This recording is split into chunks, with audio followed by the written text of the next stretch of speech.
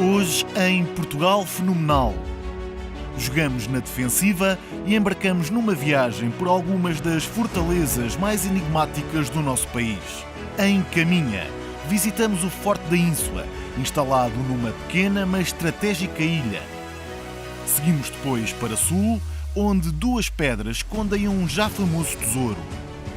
E se os soldados ficavam protegidos nos seus castelos, os frades procuravam abrigo físico e espiritual em inóspitos conventos, como o dos Capuchos. Por fim, acredita em OVNIs? Em Castelo Novo, há quem jure que os viu. E é precisamente por lá que começamos.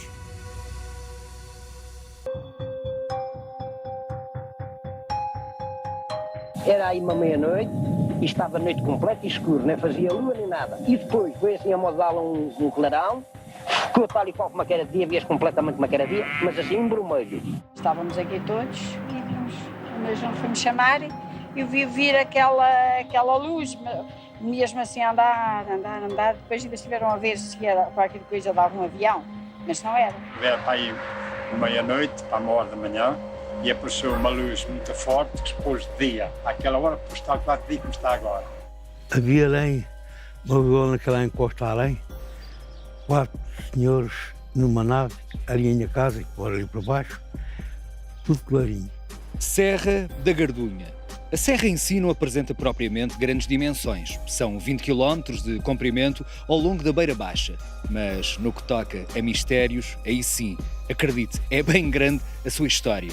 E a maior de todas, ou pelo menos a mais famosa, leva-nos até a aldeia de Castelo Novo, concelho do Fundão, e à década de 70.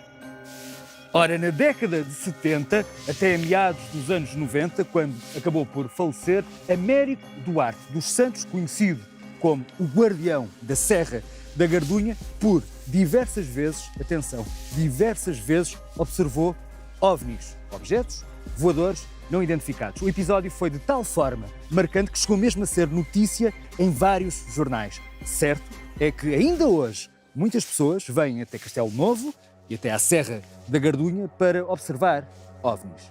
O fenómeno da luz, ela dava-se aqui, mas a sua fama estendeu-se por Espanha, pelo território espanhol, dentro. Conheceu o Sr. Américo? Sim, conheci o Sr. Américo Duarte. Sobre os OVNIs, o que é que ele lhe contava sobre as observações? Sobre os OVNIs, ele dizia que com frequência o Castelo Novo era mais a Serra da Gardunha e na zona da Penha, Castelo Novo era visitado por extraterrestres. Mas havia ali uma certa consistência no discurso. E não é só ele, há muitos relatos aqui na Serra da Gardunha, de observações. Sim. O que é que acha? Acha que realmente esta serra tem aqui qualquer coisa misteriosa? Bem, sinceramente não sei, mas a Penha é assim um pouco, ao mesmo tempo assim um pouco estranho, como é que aparece ali aquele cabeço. E é ali que ele dizia que era a base do onde aterravam as naves. Portanto, o Esmodro é uma base subterrânea de aeronaves cósmicas que tem aqui.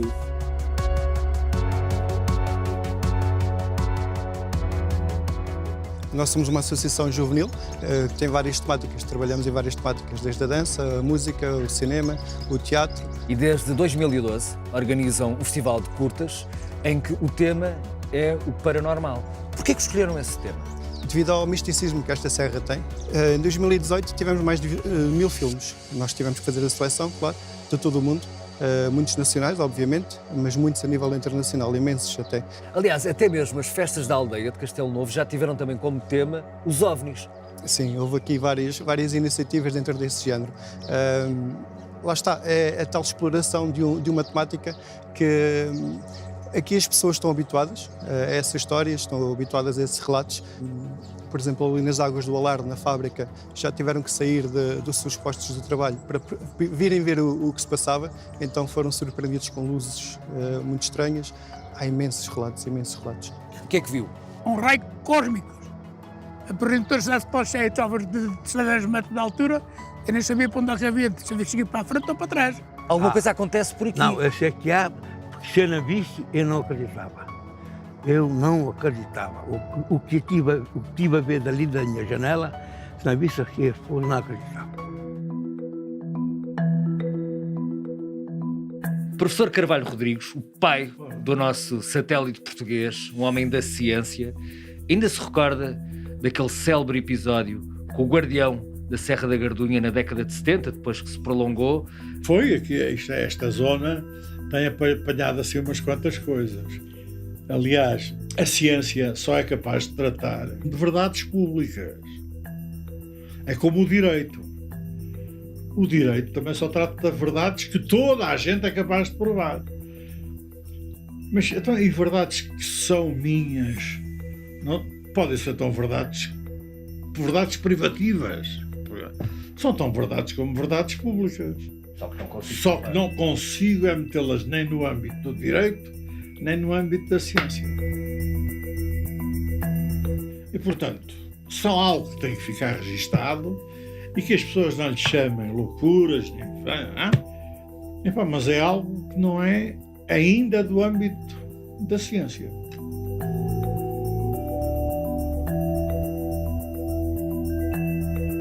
Não há provas concretas da presença de OVNIs ou extraterrestres por estas paragens, mas como viu e ouviu, testemunhos e relatos da Serra da Gardunha não faltam. Uma serra fenomenal.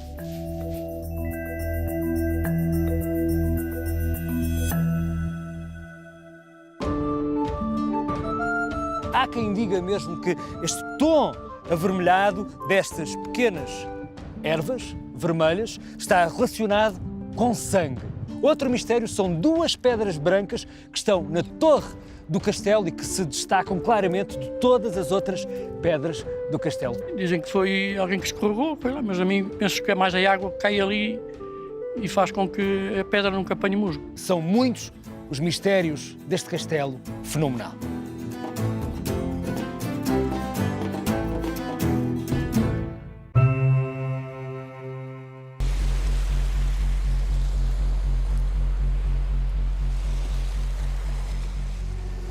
Perante esta paz, beleza, ninguém consegue imaginar a quantidade de conflitos e batalhas que já aconteceram nesta praia, Praia do Moledo, concelho de Caminha. É pensar na localização. Repare bem, Espanha fica já ali naquele pico.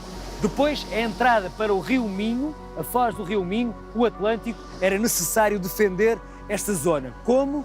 Através da construção de um forte, o Forte da Ínsula. Mas não é um forte qualquer. Fica localizado numa ilha e no forte existe uma fonte de água doce. E como essa fonte, só existem mais duas no mundo. No mundo.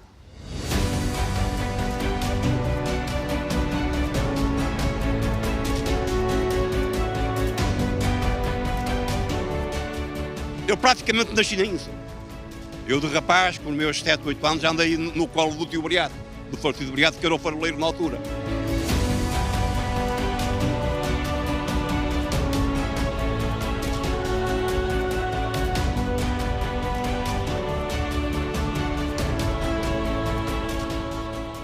Esta foi a casa da minha família, quando cá estávamos. Temos aqui o fogãozinho, temos aqui as coisinhas todas, onde a minha mãe fazia a nossa comidinha. Grandes comidas, não se come tão bem como se comia antigamente. Isto, uma emoção enorme, juro, mas de um coração que me dá vontade de chorar, ver isto num estado em que isto fica, pá.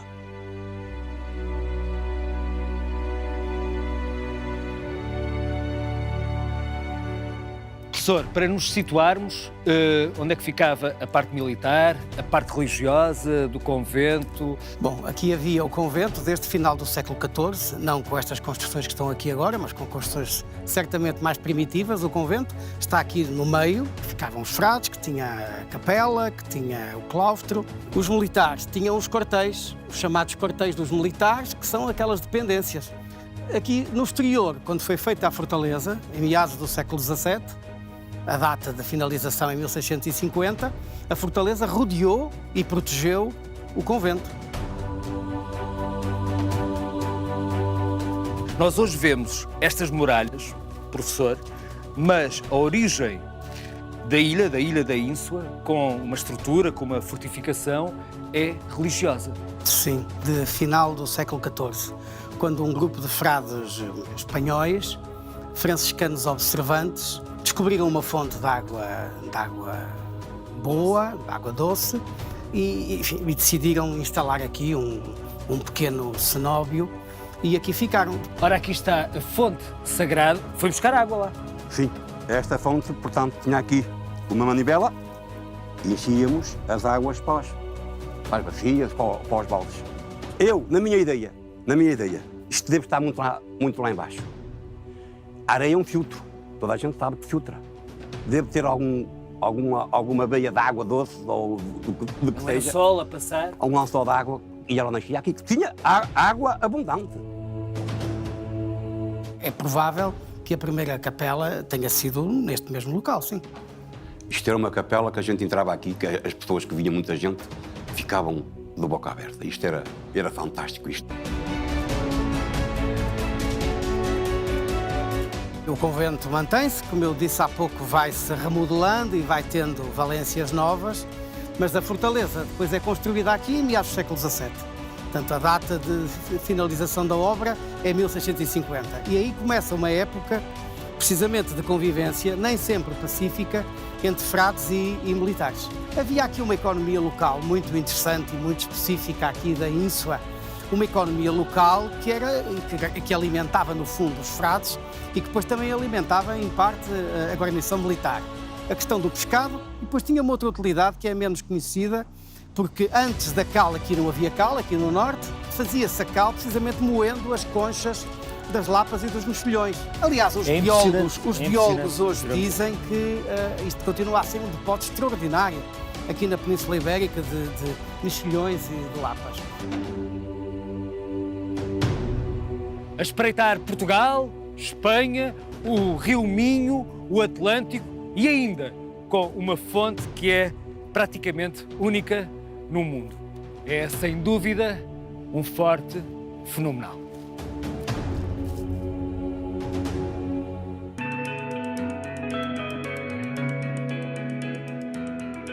Existe outro convento. No país não existe, mas na Península Ibérica, na Europa, no mundo, com estas características. Não conheço nada muito parecido com esta... Para já com este tipo de construção, que é aproveitar penedos enormes, graníticos, para serem parede e teto de muitas salas num convento. Eu não conheço nada igual. E lá está, por isso é que é mesmo fenomenal.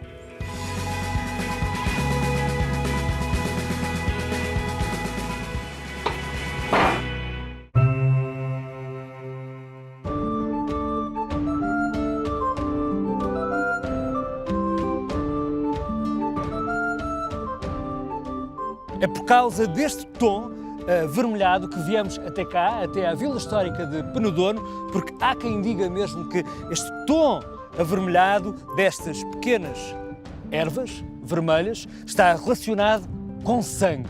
Sim, sangue. Mistério. Outro mistério são duas pedras brancas que estão na torre do castelo e que se destacam claramente de todas as outras pedras do castelo. Temos muito para investigar em Penedono. Falam que alguém caiu por ali abaixo e ficou lá o sangue, não é? Que acho um bocado estranho. São realmente muitos mistérios de um castelo que já é muito antigo. Foi conquistado aos mouros e reza a história que muito sangue foi derramado nestas muralhas, mas também nestas rochas. E nesta rocha, em particular, nunca mais nada cresceu, nem mesmo musgo. João, temos de falar das origens deste castelo e há quem diga que são mesmo milenares. Penedono significa a junção de dois termos, que é pena mais dono. Pena é um penhasco e dono tem origem num substrato celta, substrato céltico da língua portuguesa, que significa fortaleza e até colina fortificada, pronto, algo desse género. Mas também existe a hipótese da palavra dono derivar de donum, que é uma medida agrária, que era uma área cultivada em torno, em redor do castelo. De origem árabe. De origem árabe. Aqui neste imóvel também é referenciado a questão de ser o berço do magriço. Álvaro Gonçalves Coutinho. Magriço veio nos Lusíadas, defendeu as 12 damas, veio nos o episódio dos 12 de Inglaterra e, portanto, é algo que está imortalizado.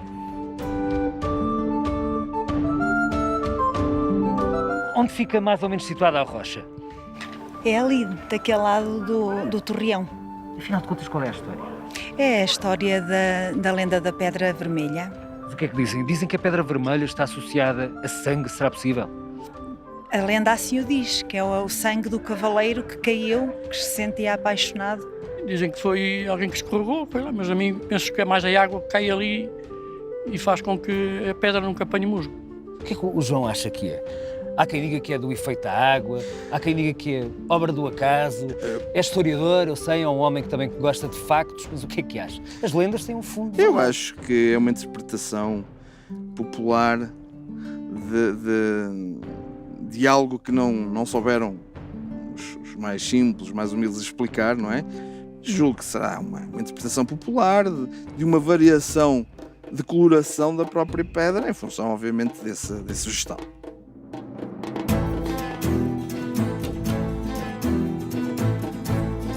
Sr. Silvério, tente-nos explicar uma coisa. Porquê 2 pedras brancas na Torre do Castelo? Acho que é uma lenda, não sei. Agora, sinceramente, a história correta não sei. Só vou dizer que é uma lenda. Quem as tirar pode haver problema.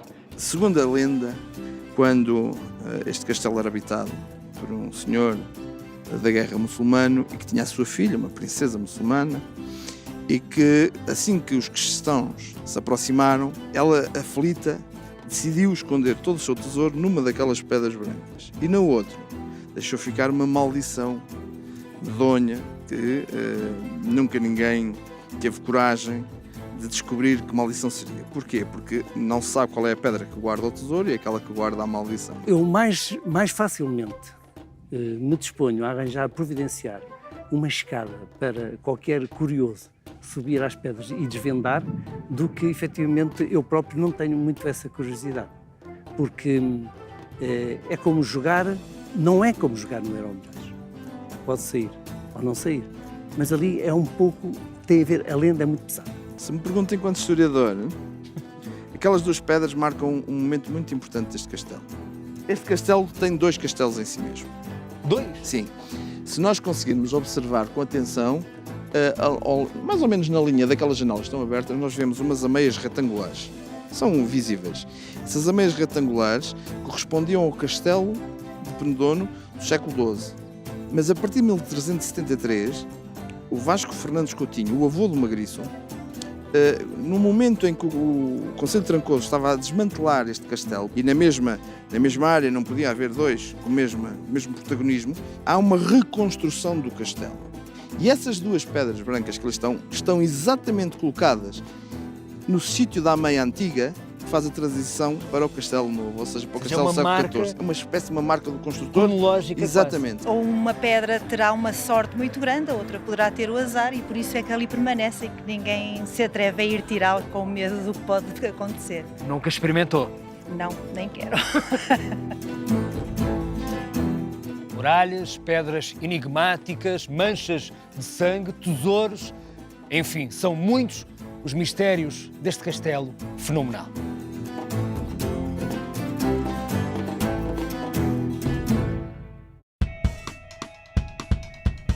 No meio do campo, do nada, de repente, vai encontrar um mistério. Aquela torre com umas características absolutamente surpreendentes e com um enigma no que diz respeito à sua origem. Assim começa o nosso mistério. A torre dos romanos, não? Os romanos que a fizeram, não? Uma vila romana ou uma prisão? Continua a ser um grande enigma. E é isso que faz com que esta torre seja absolutamente fenomenal.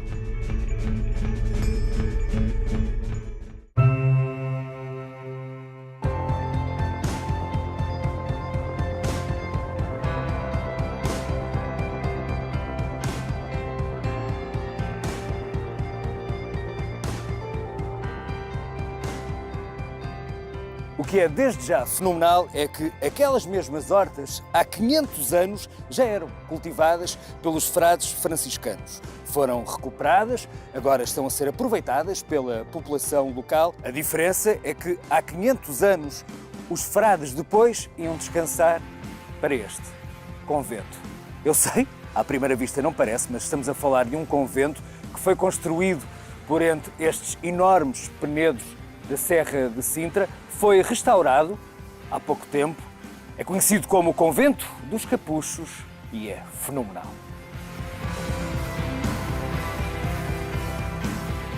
Convento dos Capuchos, mas o seu primeiro nome não era esse, mas sim Convento de Santa Cruz da Serra de Sintra, porque, segundo reza a lenda, depois de uma caçada, Dom João de Castro, vice-rei da Índia, adormeceu numa gruta, onde hoje fica situada a igreja do convento, e sonhou com a imagem de Santa Cruz. Ora, perante tal premonição, ordenou de imediato a construção de um convento neste local. Mais tarde, também ficou conhecido como o Convento da Cortiça, porque, como pode observar, muita cortiça foi utilizada na construção e decoração deste espaço, até porque, como sabemos, a cortiça é um ótimo isolador térmico e o frio na Serra de Sintra não é para brincadeiras. Aliás, há 500 anos nada era fácil neste convento. Esta entrada é imponente. Imponente mesmo. Logo aqui com este penedo. Este penedo obriga-nos a curvar, obriga-nos a um ato de humildade. Obriga-nos a baixar, seja, a baixar votos, a cabeça. não é? Obediência. E humildade, portanto, humildade. Depois de se curvarem, humildemente, portanto, vou fazer a sua escolha, pela direita, pela esquerda, vamos um por cada lado, já agora. É escolher o sítio mais escondido, mais rude até, para se viver, porque através dessa mortificação física se chegava a uma maior ascese espiritual.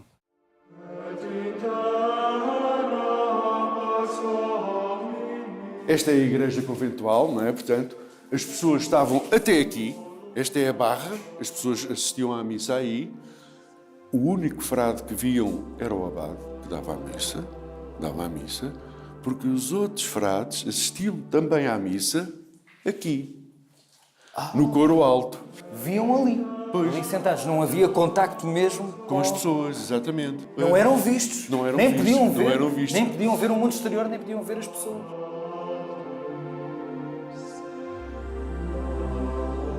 Para um frade que vinha noviçar no convento, ou seja, que chegava pela primeira vez. Pois, e vinha aderir à ordem, ele entrava por aquela porta.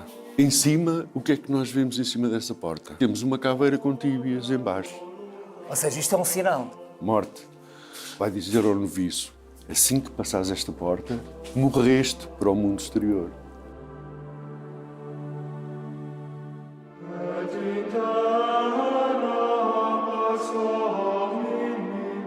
Pois aqui são os dormitórios, são as celas, não é? São minúsculas.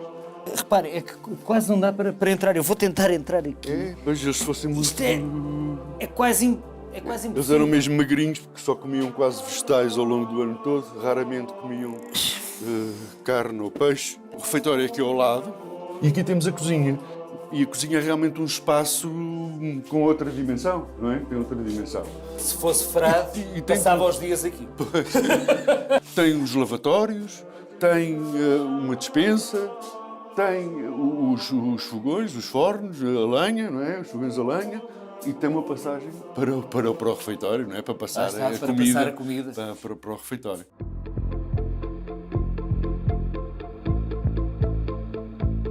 O convento foi restaurado há pouquíssimo tempo. Parabéns, ganhou até um prémio europeu, portanto, bom trabalho. Agora, sei que para si foi uma dor de cabeça, foi um dos projetos mais difíceis. Porquê? Porque o convento estava num estado de conservação bastante mau. Porque esteve abandonado durante muitos anos, ou seja, Exatamente. Depois da extinção das ordens religiosas, 1834, esteve quase 100 anos. É verdade. Completamente abandonado. abandonado. Abandono. E pensarmos também no impacto que toda esta intervenção profunda ia ter na comunidade local. Portanto, nós sabemos que é um edifício muito próximo aqui da zona de Colares, de Sintra. Toda a comunidade visitava o convento quando estava precisamente dotado ao abandono. Fazia-se uma festa anual, traziam burros todos enfeitados. Para aqui mesmo, para o convento? Sim. Até vinham aqui para vir a água. Não havia água canalizada e, portanto, há montes de fontes espalhadas por aí. E então vínhamos de propósito do Penedo aqui aos Capuchos buscar água.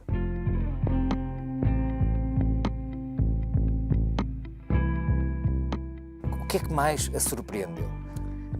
Os materiais. Os materiais. Estamos a falar há 500 anos. E são absolutamente geniais na forma como depois aplicaram, tendo em conta o clima. Outra característica, há ali um truque, digamos assim. Porquê aquele cinzento? Este cinza é conferido através das cinzas, não é? Portanto, Um cinza, literalmente cinza. Exatamente. Mas como é que eles faziam?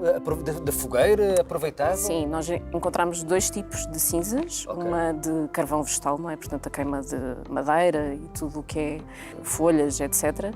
E encontramos também algo mais raro, que é cinzas da queima de osso.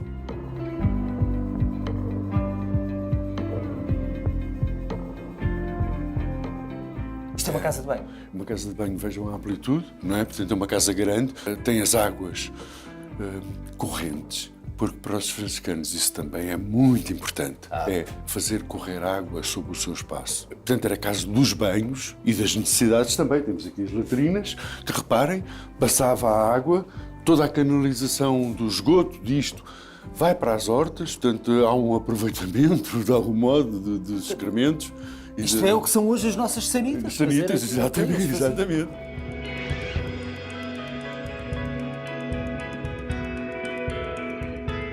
Acaba por ser fascinante o facto de hoje, século XXI, a Teresa estar a cultivar no mesmo local onde há 500 anos os frades franciscanos também o fizeram. Mas para si isso é que também depois tem um lado sentimental, muito pessoal, porque já é de família. É de família e eu cresci nesta serra, não é? Imagine, havia um que tinha espaço para ter montes de galinhas e patos e coelhos e não sei o quê, e o porco, e todos contribuíam para alimentar a criação. E depois, quando se matava, era para distribuir por todos. As hortas era a mesma coisa. Eram Portanto, comunitárias, não é? O nome que hoje em dia está muito em voga, já nesse tempo, hortas comunitárias. Exatamente. O objetivo era recriar as hortas históricas, produzirem tudo aquilo que é essencial para a alimentação destas famílias, mas também passar esse conhecimento às pessoas do que eram as hortícolas tradicionais que estavam na base da alimentação dos frades. Como por exemplo? Como por exemplo as leguminosas. Era um componente, eles comiam muito pouca carne, muito pouco peixe e, portanto, a componente proteica vinha muito das leguminosas.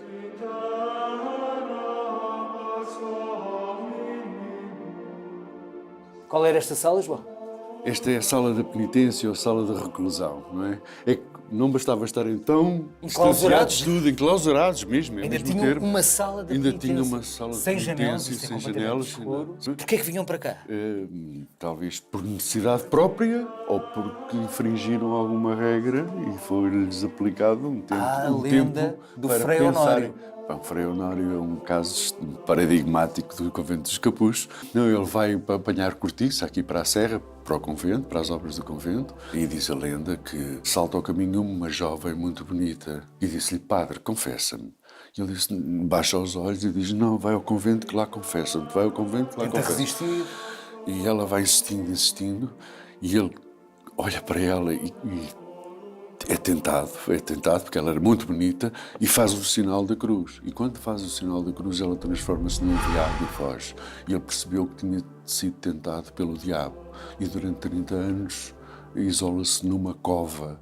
Nem foi aqui, na sala da reclusão, foi numa cova. Numa cova que existe. Isto é extremamente curioso. Hoje custa-nos a perceber isto, mas é... Mas se ele foi para lá, alguma coisa aconteceu. Pois, exatamente.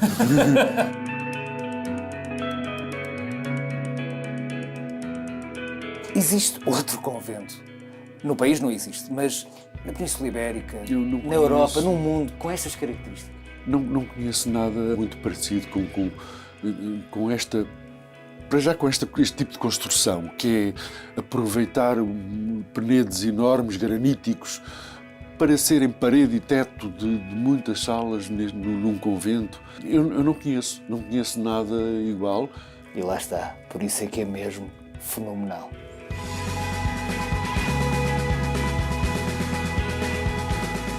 E já passaram 500 anos desde que os primeiros frades franciscanos vieram para cá e construíram este convento absolutamente único em Portugal, fenomenal. Foi restaurado, as hortas foram recuperadas e regressámos às origens. Ou seja, no fim, a Mãe Natureza é que tinha razão.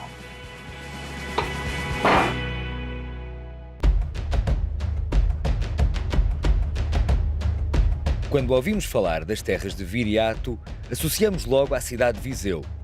E bem, embora ainda permaneça a dúvida se Viriato realmente andou por estas paragens. É lusitano, efetivamente há uma ocupação em Viseu que será contemporânea da época do Viriato, mas o Viriato não terá passado por Viseu. Viriato deu cabo da cabeça de muitos romanos, mas arqueólogos também. Aliás, a cava de Viriato, a sua origem, continua a ser um mistério e por isso é que é uma cava fenomenal.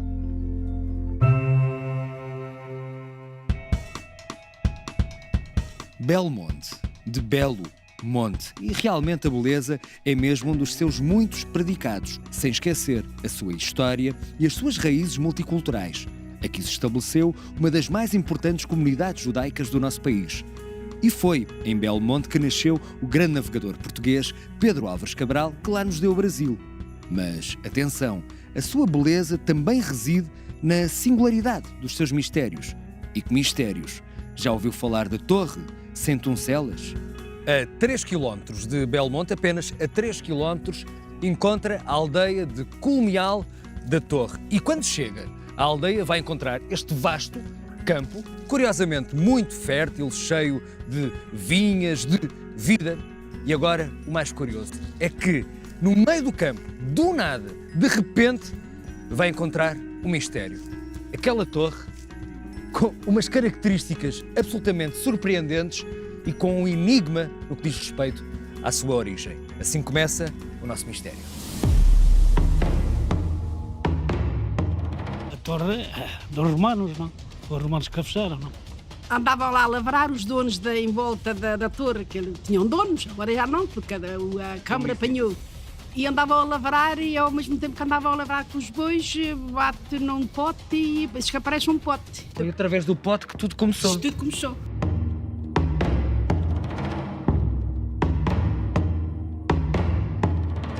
Elizabeth é arqueóloga e a Torre Sentuncelas é um autêntico quebra-cabeças. É verdade. Para os arqueólogos, porque ainda hoje é difícil, com toda a propriedade, anunciar qual é a origem desta torre. Existem várias versões. Exatamente. E sempre existiram ao longo dos anos. Sempre existiram. Já houve trabalhos aqui no local desde 1958 e até agora que estamos com novas campanhas, os quebra-cabeças continuam. Chegaram a dizer que seria um templo romano? Um templo romano, uma mâncio, ou seja, um lugar de paragem, por causa a via romana perto e então com os cavalos e as pessoas para as suas paragens da sua continuação na viagem seria um lugar aqui de descanso, uma vila romana, ou seja, de um grande proprietário, uma prisão, e até que São Cornélio estaria aqui preso devido a estas janelas todas. E o próprio nome, não é? Sentuncelas, sim, sem seria, celas. Exatamente.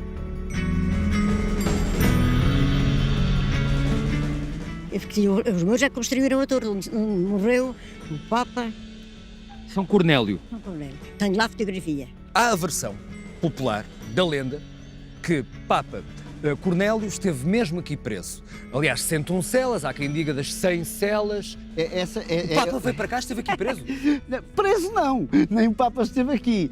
O que deve ter vindo, o que deve ter acontecido foi um colono que provavelmente trouxe esse culto dessa localidade, chamada Sentuncela, ao pé de Roma, efetivamente. E que foi aí que esteve mesmo preso o Papa.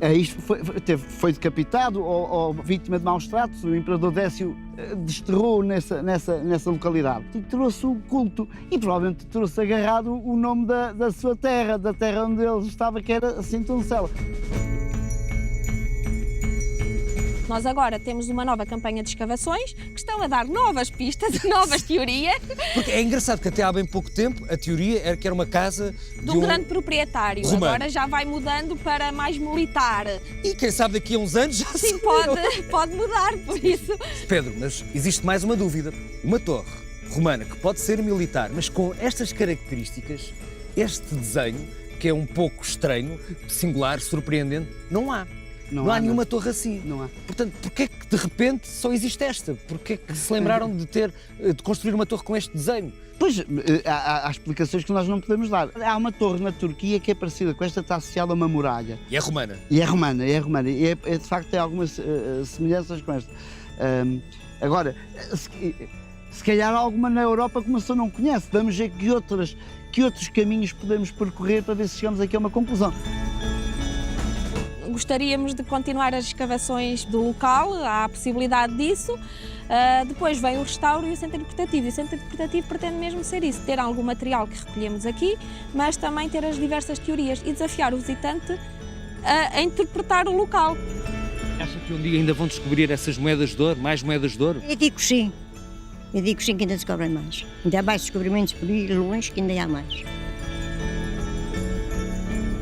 Será que foi uma torre militar, um templo ou um monumento, ou até mesmo uma vila romana ou uma prisão?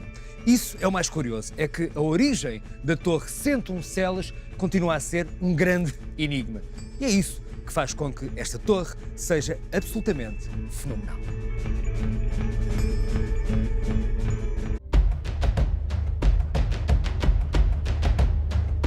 Quando ouvimos falar das terras de Viriato, associamos logo à cidade de Viseu. E bem, embora ainda permaneça a dúvida se Viriato realmente andou por estas paragens, mas em relação a essa dúvida, já lá vamos. E a cava de Viriato, fortaleza construída em terra batida há mais de 1000 anos e monumento nacional desde 1910, será mesmo de Viriato? Não se deve a Viriato a sua construção. Não pertenceu? Não pertenceu, então, mas... Viriato? Pronto, vem do século XVII, a associação da cava a Viriato. Portanto, no século XVII a cava já era um monumento e então fez-se a publicação desta relação e é quando ela se começa a chamar Cava de Viriato. Pensamos hoje porque tinha aparecido uma inscrição dedicada a um Viriato, que era um nome comum entre os lusitanos, e que, aqui nas imediações, e que fez essa associação da cava a Viriato. E bem idealizada, porque é muito plana, tudo com materiais orgânicos, falávamos sobre isso. Nós estamos em cima da muralha de terra. Esta terra que está aqui compactada há 1000 e tal anos foi retirada do fosso e foi compactada deste lado. Ora, e começa assim o grande mistério. Se a cava do Viriato não pertenceu ao próprio Viriato, pertenceu então a quem? A maior parte das teorias está relacionada efetivamente com o ter sido um acampamento romano. O problema é a dimensão, portanto, a dimensão da cava. Não há nada romano com esta dimensão. Não conhecemos nenhum acampamento romano com esta dimensão, tem 38 hectares de área interna. Portanto, não é de Viriato, não é dos romanos, então, afinal de contas, quem construiu a cava? Neste momento, a hipótese que nós trabalhamos sobre a cava é sim, a primeira hipótese lançada foi pelo professor Jorge de Alarcão, que dizia, bom, eu acho que ela é alto-medieval. Rei Ramiro foi rei em Viseu e, portanto, terá sido nos 4 anos que ele foi rei em Viseu que provavelmente projetou esta nova cidade para a cidade do seu novo reino. Acontece que as circunstâncias da vida de Ramiro levou para Leão e que assumiu o reino de Leão. Ou seja, acaba por ser uma cidade inacabada. Senhora Vereadora, é interessante imaginarmos que de repente podíamos estar a realizar esta entrevista no Centro Histórico de Viseu. Este podia ser o novo Centro Histórico da cidade de Viseu? Sim, podíamos. Este podia ser um dos novos centros de Viseu se o rei Dom Ramiro não tivesse ido viver para Leão, não se tivesse apaixonado e não tivesse que ir tratar da vida. Mas não sabe o que perdeu. Não sabe o que perdeu, exatamente. Eu acho que é de grande interesse. Como é que se mantém um erro histórico durante tanto tempo, apesar de não ser do Viriato, nós gostamos que ela seja do Viriato. Não vão mudar o nome à cava. Não vamos mudar o nome à cava. Grande questão. Viveu ou não viveu em Viseu? Dizem-nos as evidências que não terá vivido em Viseu. No entanto, foi um grande guerreiro, passou pela Península Ibérica, existe até uma estátua de Viriato em Espanha, portanto foi ibérico, passou pela Península Ibérica e lutou contra os romanos. E lutou contra os romanos. É lusitano, efetivamente há uma ocupação em Viseu que será contemporânea da época do Viriato, mas o Viriato não terá passado por Viseu. Há sempre um grande espanto, não é? A maior parte das pessoas ouviu falar da cava, algumas já passearam na cava, a cava é um sítio onde se pode passear, mas a maior parte das pessoas não tem a noção da dimensão do elemento patrimonial, porque efetivamente ela é tão grande que se torna invisível, não é? E não têm também a percepção da questão da antiguidade da construção. Grande guerreiro Viriato. Deu cabo da cabeça de muitos romanos, mas arqueólogos também. Aliás, a cava de Viriato, a sua origem, continua a ser um mistério. E por isso é que é uma cava fenomenal.